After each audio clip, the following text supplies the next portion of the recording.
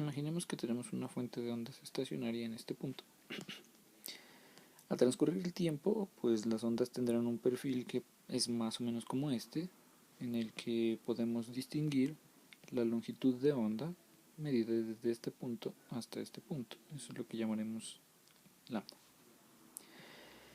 Si esa fuente continúa emitiendo ondas, el patrón que ya hemos identificado se repetirá periódicamente. Esto en realidad pues se trata de una onda viajera, es decir que todo este diagrama que hemos hecho tendrá un movimiento en alguna dirección, digamos en el eje positivo del eje X. Así que el tiempo que este punto se demora en recorrer esta distancia hasta aquí es el tiempo que denominamos el periodo. Consideremos a continuación una fuente en movimiento. En este caso, marquemos la posición inicial de la fuente aquí en t igual a 0. Justo en ese momento, solo por simplicidad, imaginemos que la fuente, en lugar de emitir ondas, emite pequeñas flechas. Sin embargo, pues mantengamos la idea de que la flecha representa una amplitud máxima en la fuente, en la onda emitida. Por lo tanto, cuando la onda ha viajado durante un tiempo igual al periodo, se encontrará esa flecha en esta nueva posición. Pero, como ahora estamos considerando que la fuente se encuentra en movimiento, esta fuente que originalmente se encontraba aquí, después de un tiempo igual al periodo, se encontrará en una posición, por ejemplo, esta. Justo en ese momento, como ya transcurrió un periodo completo, la fuente emitirá otro frente de onda, es decir, emitirá una segunda flecha.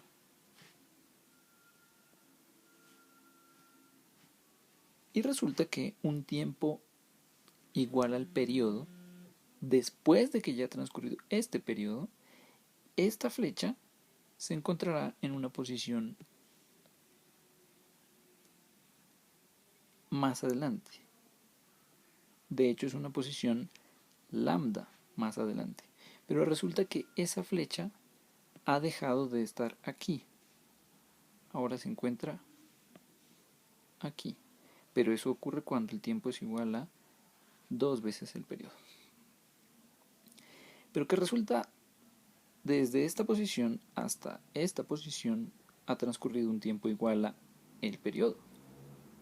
Por lo tanto, esta segunda flecha emitida por la fuente se ha trasladado desde esa posición donde está marcada hasta una posición que está a distancia lambda desde el lugar donde fue emitida. Es decir, hasta allí. Continuemos con nuestro análisis. Un periodo después de que la flecha estaba en esta posición, esta flecha ha avanzado hasta esta posición, es decir, ha avanzado a una distancia lambda. La flecha se encontrará en esta posición cuando el tiempo pasa de ser 2t a ser 3 veces el periodo. Lo que pasa es que cuando el tiempo ya se encuentra en este valor, esta flecha ha dejado de estar en esta posición y ha pasado a estar en esta posición, es decir que podemos eliminarla de nuestro esquema. ¿Pero qué resulta? Resulta que entre el tiempo 2t y el tiempo 3t, esta flecha, que fue la segunda flecha emitida por la onda, ha avanzado desde esta posición una distancia lambda hasta esta posición. Por supuesto, durante todo este análisis, la fuente ha pasado de esta posición a esta posición posteriormente a una posición por aquí, cuando t es igual a 2 veces el periodo. Pero solo consideremos por simplicidad estas dos flechas. La primera flecha emitida por la fuente y la segunda flecha emitida por la fuente. ¿Qué percibirá un observador que se encuentra en esta posición?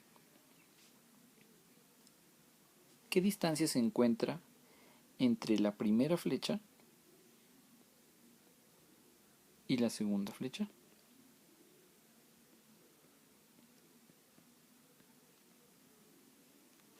Para este observador, fíjense que la distancia entre la primera flecha que se encuentra en esta posición y la segunda flecha que se encuentra en esta posición no es lambda.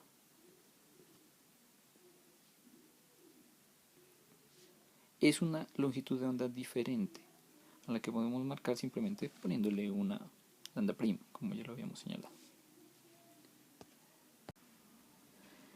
Es muy claro que esta nueva longitud de onda de la que estamos hablando es un poco más pequeña que la longitud de onda original que habíamos marcado como lambda. La pregunta es ¿en qué proporción o de qué tamaño es esa variación? Entonces lo que podemos afirmar es que lambda prima es comparable con lambda original, pero es un poco más pequeña. La pregunta es ¿qué término ponemos allí? ¿Qué tan pequeño es la modificación? Bueno, pues para responder eso, notemos que la distancia que hay entre esta primera posición de la flecha y la emisión de la segunda flecha es nuevamente lo que ya habíamos marcado por allá como lambda prima. Pero además podemos notar en esta nueva afirmación que la diferencia entre la longitud de onda original, que está aquí, y la posición en la que la segunda flecha fue emitida es exactamente la posición donde se emitió la segunda onda y la posición donde se emitió la primera onda, o sea que es este pequeño intervalo aquí. Nótese que esa es la distancia que la fuente alcanzó a viajar.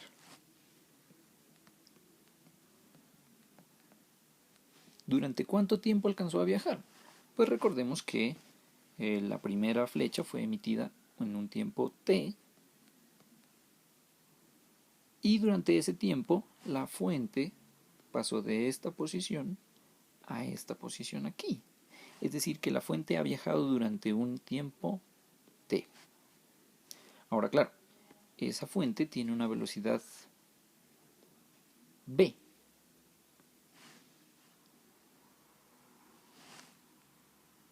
v sub s, perdón. Por lo tanto, puedo afirmar que la distancia que alcanza a viajar esa fuente, esa distancia que hemos dicho está aquí, es simplemente v sub s por t. Entonces nuestra longitud de onda percibida por el observador se ve afectada en una cantidad Bs, o sea, la velocidad de la fuente, multiplicada por el periodo de las ondas emitidas por dicha fuente. Bueno, en este momento hemos respondido cuál es la longitud de onda percibida por nuestro observador.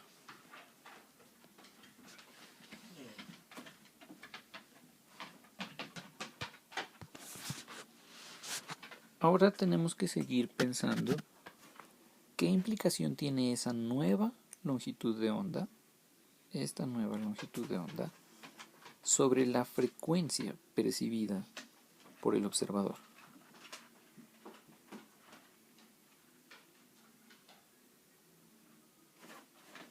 Para eso necesitamos reconocer que las flechas ya están en el medio cuando la fuente está en movimiento. Por lo tanto, la velocidad del movimiento de esas flechas es independiente del movimiento de la fuente. En otras palabras, la velocidad del movimiento de esas flechas o de esos frentes de onda es la velocidad del sonido. Entonces tenemos que la velocidad de las flechas en ese medio de propagación continúa siendo la longitud de onda percibida por la frecuencia percibida. Pero de acuerdo con nuestro análisis, la longitud de onda percibida se puede escribir en términos de la longitud de onda original, es decir, como si la fuente no se moviera, pero modificada por el movimiento de la fuente. En otras palabras, la velocidad del sonido es igual a la longitud de onda menos la velocidad de la fuente multiplicada por el periodo de las ondas emitidas por dicha fuente y multiplicadas por la frecuencia percibida por el observador. Sin embargo, podemos tener en cuenta que originalmente, si la fuente no se moviera, debíamos tener que la velocidad del sonido era calculada a partir de su longitud de onda y su frecuencia como si la fuente no se moviera. Es decir, que esta longitud de onda puede ser escrita en términos de la velocidad del sonido y la frecuencia como si la fuente no se moviera. Es decir, la longitud de onda como si la fuente no se moviera es igual a la velocidad del sonido dividida entre la frecuencia como si la fuente no se moviera.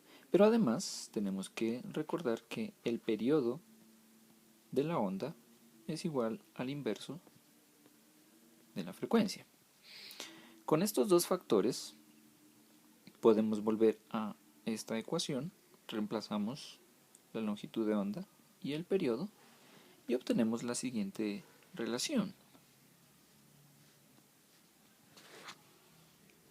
La velocidad de propagación de la onda en ese medio es igual a la velocidad del sonido dividida entre la frecuencia de la onda como si la fuente no se moviera menos la velocidad con la que se mueve la fuente dividida entre la frecuencia de las ondas como si la fuente no se moviera. Pero pues nos falta este último término aquí, que es multiplicar por la frecuencia percibida por el observador. Claramente, cuando despejemos en esa última ecuación que hemos encontrado, llegaremos a la conclusión de que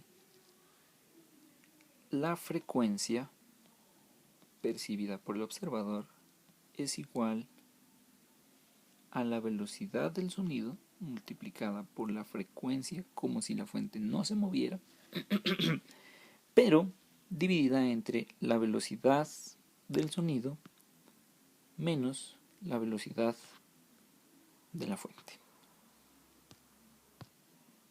Esta relación es la modificación a la frecuencia cuando la fuente se mueve, pero además la fuente se está acercando al observador.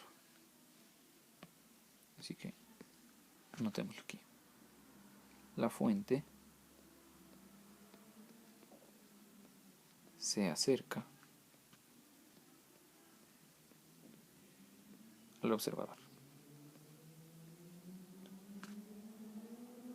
Por supuesto, el análisis es muy parecido en el caso en que la fuente se aleja del observador, pero la única modificación es que en ese caso aparece un signo más en la combinación de velocidades. Por lo tanto, podemos escribir aquí, cuando la fuente se acerca al observador usamos el signo menos, y cuando la fuente se aleja del observador usamos el signo más.